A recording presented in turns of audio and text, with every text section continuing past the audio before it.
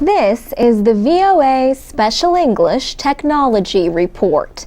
India could pass the United States in the number of Internet users in less than 2 years.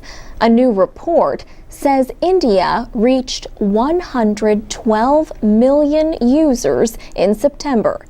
India is the third largest Internet market after China and the United States. China reported 485 million Internet users in June, and there are 245 million in the United States. The Internet and Mobile Association of India says Internet growth was especially strong among people in smaller towns and cities. There was also a large increase in Internet use among school-aged children and college students. This is partly because of the growing number of e-learning services and educational websites. Subho Roy is president of the Internet and Mobile Association of India. He says another big change this year is that more and more people are using the Internet from home, and not just at cyber cafes or offices.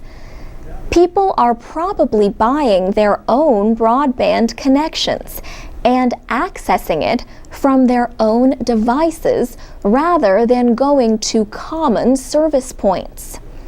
This growth in Internet use has also led, not surprisingly, to an increase in online businesses. Deepinder Goyal owns Zomato.com. His website provides information about restaurants and nightlife activities across India. Mr. Goyal got the idea for Zomato while working at a consulting firm 3 years ago. He and his co-workers kept restaurant menus in their office so they could order lunch from different places. We scanned these menu cards and put them online. So starting an Internet venture was actually an experiment, and it worked out really well. And currently, we are getting around 2 million people just looking up menu cards on our website every month. Zomato now provides information on more than 17,000 restaurants across India. It covers areas from the Delhi National Capital Region to Mumbai, Bangalore, and Chennai. Deepinder Goyal says Zomato used to depend mostly on business people going online at work, often to order lunch. But now, with the rise in home use, weekends are also very heavy traffic for us. In a separate report, GSMA, the global trade group for the mobile industry, says Africa is the world's fastest growing mobile phone market. Africa has the second largest number of mobile phone connections after Asia. For VOA Special English, I'm Alex Villarreal. This is the VOA Special English Technology Report. More than 20,000 new products appeared at this year's International Consumer Electronics Show in Las Vegas, Nevada. Among the attention getters were Ultrabooks, or very thin laptop computers.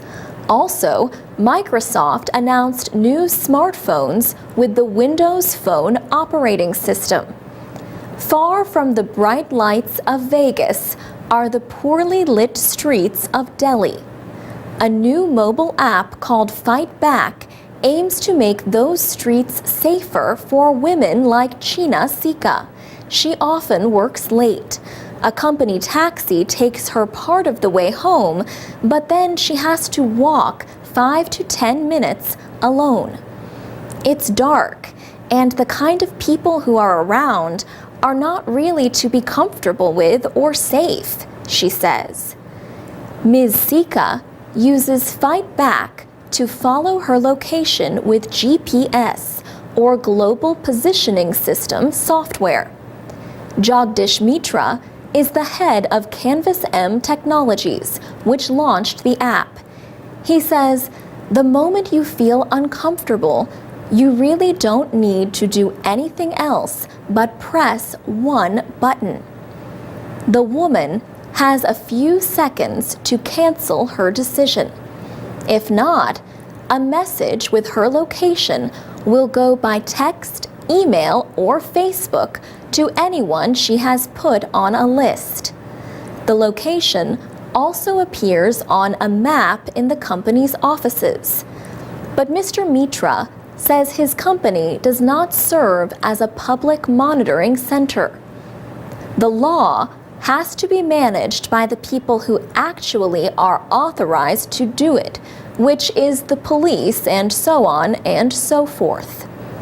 Officials reported more than 400 rapes in Delhi in 2010. Many media organizations have called the city of 17 million people India's rape capital. Kalpana Viswanath is a researcher with the women's group Jagori. She works to make cities safer for women through changes like better lighting and wider sidewalks. She supports Fight Back, but has some concerns.